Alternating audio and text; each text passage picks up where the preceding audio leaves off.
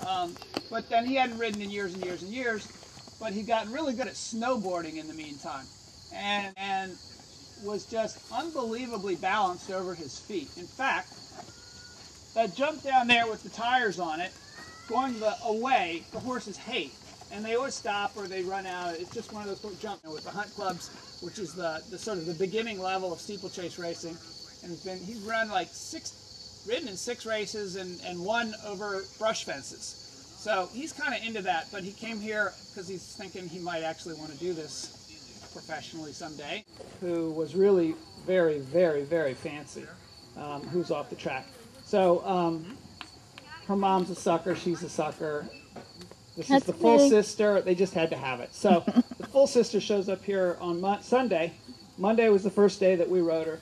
And what we're doing is she's off the track. They did a little bit of riding with her since she was at the track, but she's pretty fresh off the track. She sort of acts a bit like it, although she's being quite calm right now. So on day 1, what we're doing is we're training her sort of together. So I've been riding her the first few days, and then Scarlett's going to do some of it, and it's going to be a kind of a learning experience for Scarlett, maybe me too. But this horse is 7, did quite a bit of racing, you know, won like $100 grand or so, and is by Two Punch, who's a sire that really seems to produce really, really nice moving sport horses. And he stood in Maryland as a racing sire for a long time. He died just like a year or two ago in his upper 20s. One of them was a 4-star event horse. So we know that this horse, the breeding is good. And we know that her brother's a good mover. But I got on her on Monday, and she was hot. I got on her out here. We let her out, and then I got on her out here. And normally, if we weren't in between indoor arenas, I would get on a horse like this in an enclosed space in the indoor and just kind of slow everything down. But we don't have that until this new one gets built. So got on her out here, and she was jigging around quite a bit and quite hot. And I just felt like she was going to explode any minute. But then by the end, she was kind of, you know, walking and trotting pretty nicely. I don't think I cantered her the first day. And then yesterday, I rode her out, and she was about twice as good. She settled quicker. We did some canter. She still felt like she was going to jump out of her skin. But I wanted to ride her and see what she's like today. And the reason is I want to show you guys what we do with the really hot ones off the track to try to settle them. And it's basically the idea is that they're used to being ridden on the bit, on the muscle almost. I mean, with a connection. It may not be exactly what dressage people call on the bit, but it's definitely not a loose rein. There's a connection, and they go around with their neck arched a lot of the time on the track. They're not used to much leg because the stirrups are so short, but they're sort of looking for some kind of a connection, and they go forward, and they want to move their feet, and they want to keep moving, and sometimes they go sideways. So we really try to make sure that they accept the connection in the bridle and the leg at whatever pace, whether it's walk, trot, or canter, and see if they'll get some comfort in that and some confidence in that. Because I find that when they don't understand the feel in the bridle, the leg, the whole connection thing very well, like a basic dressage horse, they're scared of everything. So that's the goal right here, is to get this horse to settle through a good basic connection. I'll get on. Round, and if you can't, you need to just learn to ride better so you can. So that's what Matt's going to do. Right? And actually, he did better with the longer stirrups. It is tough. It is quite tough to do good flat work with short stirrups than the first 2 days. And it's interesting that having you guys here doesn't seem to matter to her.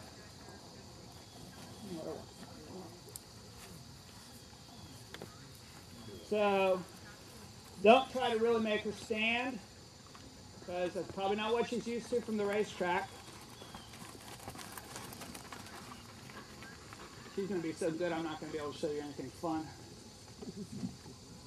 But everything with her is about, you know, keeping the seat light, not surprising her, making it all consistent.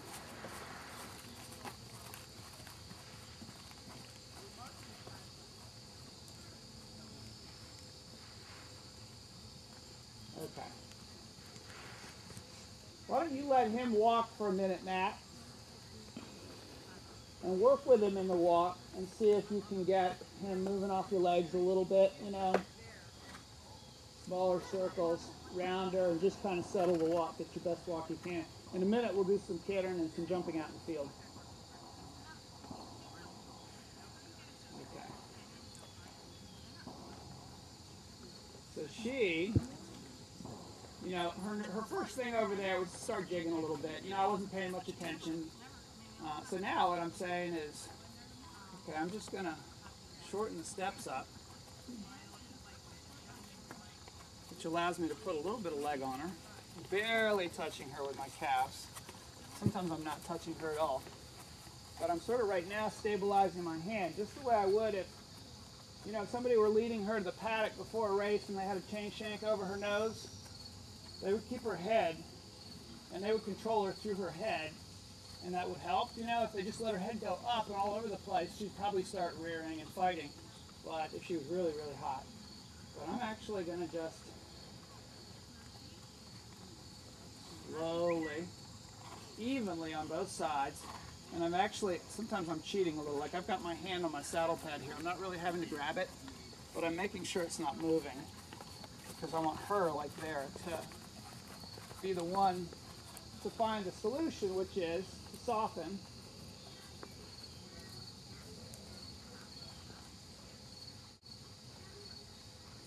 And some people would think, oh, well, that's backwards dressage. You're worrying about their head first.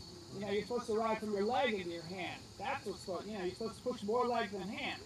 And that's true in most cases, but with a racehorse, you got to start somewhere. And if the goal is to get relaxation and rhythm and softness and all that, you've got to pretty much slow their world down. And you got to start up there, unfortunately. But the good news is that it works. And usually a hot one, within a week or so of some good basic flat work, they kind of then get it, they wait, take a deep breath, and settle in, and then it's time to really learn some stuff. So, but I mean, with her just now, even here, she's really depending on me setting my hand, and keeping her a little bit straight. And then she says, oh, okay, the world is good. I have boundaries. All right. And I don't necessarily drop the reins when she gives, because if I make some big drastic move, then that's just going to confuse her. She might want a connection, or she might want a softer feel down low. And I'm kind of letting her decide that. As long as she's not against my hand and her rhythm is quiet, I'm fine with whatever. Okay, so she's going to get a little jiggy here when I start to trot.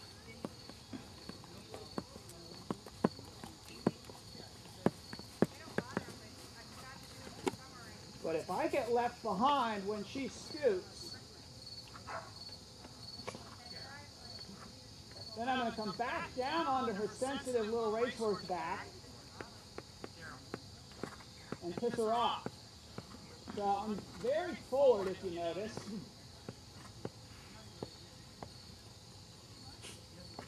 So that I'm quickly, as much as possible, balanced over my feet, not ahead of her, not behind her. And then what I'm trying to do is keep her from getting ahead of me or behind me. Especially keep her from getting ahead of me.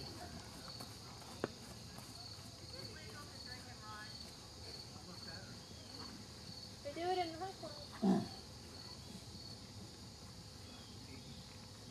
So the very worst thing that could happen is for her to bolt and me to lean back and pull. And if I lean back and pull and use my upper body against her, I'm going to fall back onto her back. And she'll go a lot faster. So I'm going to stay a little bit forward. Sometimes almost ahead of the motion to slow it down.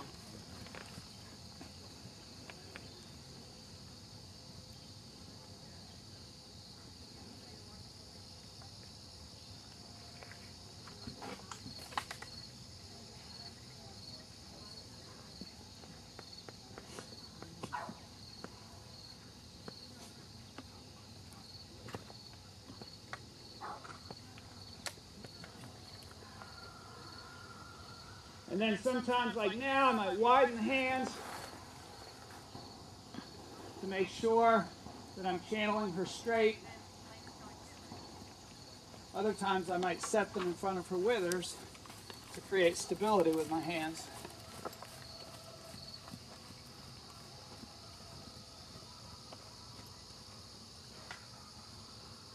Good, so I'm pretty happy with this. And even that downward transition right there, her first thing was, I sort of squeezed a little with my knees to stop my body from moving. And then she wasn't sure what that meant, and she started to scoot, and then she waited when I held her. And, but I squeezed my knees because I didn't want to lean back against her. I didn't want to push back there, which is the go button. Okay, so now let's see if we can canter. And this is where she might get strong.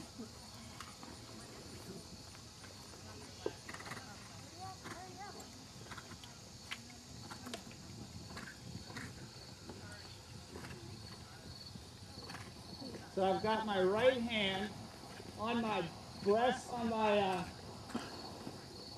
yoke, which is like a martingale strap, and I put it on the horses that I don't trust. And I've got 2 fingers in it in case she bolts. And it's helping me stabilize my hand. They use them at the racetrack all the time. And you would think I wouldn't be using any leg, but in fact, I'm using more leg now than I was at the trot. Especially right there where she put her head up to look at the horse in front of her. She slowed down and I got to squeeze her into the bit. That was a good thing. Felt good. But she's got a beautiful natural canter, so I can use that to teach her how to carry herself in all the gaits a little bit better,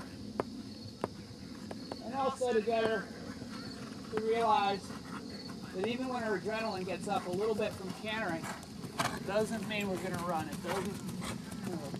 Here we are. So you can see her wiggle back and forth there. And that's okay. Okay, so here now she's getting stuck again. I'm actually pushing. Here she's coming above the bit to look at everything. So now I've got my right hand jammed to the base of her neck for stability. Because again, I don't want to pull. I just want solid boundaries for her that she can rely on. And what I'd like now is for her to stretch down and take big steps. But she seems to do one or the other. She lowers her head and loses a little impulsion, and then picks up her head and scoots. But she's pretty much just experimenting, trying to figure out what works, where the comfort zone is, where the peaceful thing is. Now, yesterday when I cantered her, getting her left lead was really hard, even though she's a racehorse. We'll see what happens.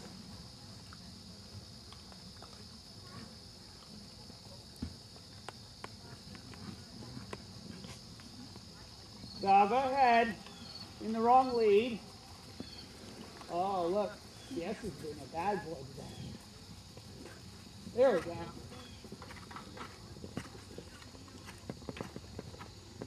It's really hard getting a horse that doesn't really understand the leg very well to take the correct lead if they don't want to, because you can't push them around much. But I had to get her haunches in a little bit, and she did it by looking outside at that horse. So now we're above the bit, and I'm not going to fight it, but I'm going to try to maintain a solid connection and get her to half halt and wait. There we go. Take a deep breath. And I'm waiting for her to settle in the canter before I go back to trot if I can. Good. Like right there, any little move I make scares her. Like right there, I thought, oh, okay, I'm going to soften my left rein and pat her on the neck. And that spooked her.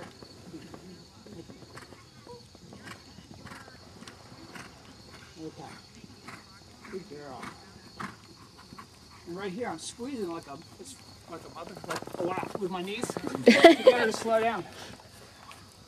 Which you don't hear a lot of, except in eventing, as using that as an aid. Eventers cross country, they say, yeah, squeeze your knees, to half halt when you're not sitting in your saddle. You need something to stabilize your body, slow it down, so that you're not going with the horse's motion. So that canter to trot, I really needed to be still and strong, so and I'll do it again here. Now I'm squeezing hard so that I don't have to pull the rein so much, and it really works. People are always surprised, because a lot of people get taught not to squeeze with their knees. But it's an aid, you do it sometimes. So, that's all she's done the first 3 days. Like yesterday, that's what she did.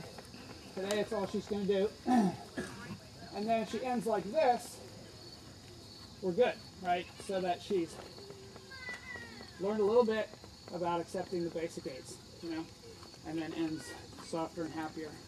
Because obviously she's, you can sort of look in her eye. She's like, you can tell she's tough. Like a good cross-country horse would be tough. If she disagrees with you, then you've got trouble. But I think she's a great athlete. I think she's going to be a great horse. Hopefully, right? Otherwise, this training money they're paying for is going to go down the tubes. She's got to have some value. She's got to increase in value at least as much as the cost of training, or else there's a waste of money, and then nobody comes back. Okay, so that's her deal for now.